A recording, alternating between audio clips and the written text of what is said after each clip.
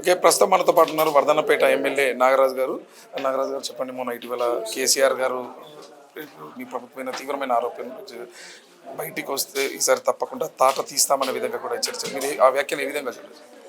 చాలా నవ్వొస్తుంది ఆ మాటలు వింటే. మరి ఏ తాట తీస్తాడో, తాటిమట్ట తాట తీస్తాడో, మరి ఏ తాట తీస్తాడో తెలియదు. మరి మేము తాటిమట్ట అందుకొని ఉతుకుతే మళ్ళీ కనపడకుండా పోతాడు. ఇప్పటికే ఫామ్ హౌస్కి అంకితమైండు. మాకు తెలిసి ఏ విధంగా తోలు తీస్తాడో మేము కూడా దానికి సిద్ధంగా ఉన్నాం. రమ్మని మరి వారు మాట్లాడే భాష ఇంకా మారతలేదు. భాషను మార్చుకొని మాట్లాడమన్నాం. ముఖ్యమంత్రి పదవులు ఉన్నప్పుడు అదే విధంగా మాట్లాడండి, ఇప్పుడు కూడా మళ్ళీ అదే విధంగా మాట్లాడుతున్నారు. అంటే మీరు మంత్రులుగా చేసినటువంటి ఒప్పందాలు కావచ్చు, అవన్నీ కూడా అవహేళన చేస్తూ కూడా మా కేసీఆర్ గారు మాట్లాడారు. అంటే మీరు చేసిన అంతే కూడా శూన్యం, ఇదంతా వేస్ట్ అని చెప్పేసి విధంగా చెప్పడం జరిగింది. ప్రజాపాలన వచ్చింది, కాంగ్రెస్ ప్రభుత్వం ఏదైతే మాట ఇచ్చిందో ప్రజాపాలన, గడిల పాలనపై ప్రజాపాలన వచ్చింది. ప్రజలంతా హ్యాపీగా ఉన్నారు. ప్రజలకు ఏదైతే వాగ్దానాలు చేసినామో అన్నింటినీ ఒక్కొక్కటి పూర్తి చేసుకుంటూ వస్తున్నాం. మొన్న గ్రామస్థాయి ఎలక్షన్లో కూడా ప్రజలు మళ్ళీ కర్ర కాల్చి వాత పెట్టినా కూడా ఇంకా వీళ్ళకు బుద్ధి జ్ఞానం వస్తలేదు. అదేవిధంగా మాట్లాడుతున్నారు. అది చాలా సిగ్గుచేటు. ఇప్పటికైనా భాష మార్చుకుంటే మేము కూడా తప్పనిసరిగా ఒక మర్యాద ఇచ్చి మాట్లాడతాం. ఒక గౌరవం ఉన్నది, ఆ గౌరవాన్ని కాపాడుకుంటే మంచిదని నేను సూచిస్తున్నాను. ఇప్పుడున్నటువంటి మీ ప్రభుత్వం ఆంధ్రాకు తొత్తుగా మారేది, నీటి దోపిడీ జరుగుతున్నా కూడా చప్పుడు చేయడం లేదని చెప్పేసి కూడా చేస్తున్నారు. ఇప్పుడు దానికే కదా ఇప్పుడు మళ్ళా విద్వేషాలు రెచ్చగొట్టి మనం తెచ్చుకున్న తెలంగాణ దేనికోసం? నీళ్లు, నిధులు, నియామకాలని.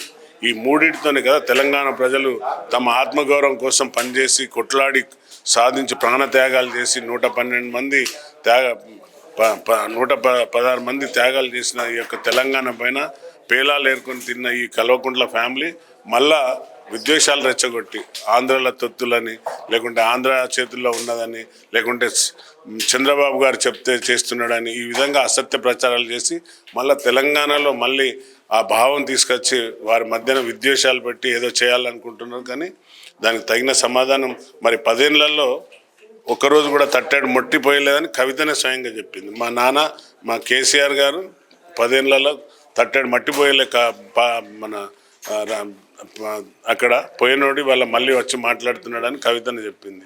మా మంత్రివర్యులు ఉత్తమ్ కుమార్ రెడ్డి చాలా విజ్ఞతతో అన్నిటినీ వారు విచారించి ప్రతిదీ పాయింట్ టు పాయింట్ పవర్ పాయింటేషన్ చేసి మొన్న కూడా వారికి ఎక్స్ప్లెయిన్ చేసిండు. మనకు ఎక్కడ ఈ బీఆర్ఎస్ ప్రభుత్వం వల్ల జరిగిన అన్యాయం ఏదైతే ఉన్నదో అని క్లియర్గా చెప్పిండు. మీ పాలనలో ముఖ్యంగా రియల్ ఎస్టేట్ పూర్తిగా పడిపోయింది, పూర్తిగా తెలంగాణ వెనుకబడిపోయింది అనే విధంగా కూడా చెప్పాడు. అంటే దీనికి ప్రధాన కారణం ఈ ప్రభుత్వం ఇచ్చినటువంటి వాగ్దానాలు ఇవన్నిటి వల్ల కూడా పూర్తిగా తెలంగాణ వెనుకబడిపోయిందని. చాలా తప్పండి. వాళ్ళు ఉన్నప్పుడే, ప్రభుత్వంలో ఉన్నప్పుడే వీళ్ళు చేసిన ఏదైతే దౌర్భాగ్య పనులు ఉన్నాయో దాంట్లో రియల్ ఎస్టేట్ ఇక్కడనే కాదు, టోటల్ ఎంటైర్ కంట్రీలో పడిపోయింది. తెలంగాణలో కాంగ్రెస్ ప్రభుత్వం రాగానే పడిపోయింది అనేది అసత్య ప్రచారం. ఎంటైర్ కంట్రీని మొత్తం ఈ రియల్ ఎస్టేట్ రంగం అనేది కుదేలు పడ్డది. ఎందుకంటే ద్రవ్యోల్బణం పడిపోవడం, తర్వాత దీనికి తగ్గట్టుగా అక్కడ పోయి మోదీ పోయి ట్రంప్ను భుజాల మీద ఎత్తుకుంటే అక్కడి మన పిల్లల్ని అందరినీ డిపోర్ట్ చేయడం, వీటి వల్ల ఆయన పర్యావరణం మళ్ళీ ఈయన చేసిన అప్పులను తీర్చలేక, ఎందుకంటే నా దగ్గర 10 రూపాయలు ఉంటేనే కదా నేను కొనేది. ఏమన్నా ఆ 10 రూపాయలు నువ్వు ఇవ్వాలి కదా, నాకు జీతం రావాలి, డిఏలు రావాలి. ఇప్పుడు ఒక ఎంప్లాయీ ఎగ్జాంపుల్ చెప్తాను. ఒక ఎంప్లాయీకి రావాల్సిన అన్నీ వస్తే తప్పనిసరిగా 10 రూపాయలు పోయి భూమి మీద కొంటాడు. ఒక కాంట్రాక్టర్కి నువ్వు బిల్లులు ఎగబెట్టిపోతాయి. కాంట్రాక్టర్కి నువ్వు సకాలంలో బిల్లులు చెప్పి ఇస్తే ఆయన ఆ బిజినెస్ అనేది రొటేట్ అవుతుంది. నువ్వు మొత్తం అప్పుల కుప్ప చేసి అసలు ఎవరికి ఒక పైస ఇవ్వకుండా, పెన్షన్లు ఇవ్వకుండా ఎక్కడోళ్ళని అక్కడ అప్పుల కుప్ప చేసిపోయినావు నువ్వు. మళ్ళీ ఇవాళ కాంగ్రెస్ ప్రభుత్వం వల్లనే కుదేలిపోయింది ఈ మన రియల్ ఎస్టేట్ అనేది తప్పుడు ప్రచారం. డ్యూ టు ద బీఆర్ఎస్ ప్రభుత్వం చేసిన ఇష్టారాజ్యమైన దందాలతోనే ఈ యొక్క రాష్ట్రం ఇట్లా మొత్తం రియల్ ఎస్టేట్ పడిపోయింది, ఫైనాన్షియల్స్ స్టేటస్ పడిపోయింది. అన్ని విధాల ఈరోజు మళ్ళీ పుంజుకుంటుందంటే గౌరవ ముఖ్యమంత్రి గారు, భట్టి గారు అందరు కూడా కలిసికట్టుగా పనిచేస్తున్నారు. తప్పనిసరిగా రియల్ ఎస్టేట్ పుంజుకుంటుంది. ఒకసారి అప్పు, ఒకసారి డౌన్ అవుతుంటుంది.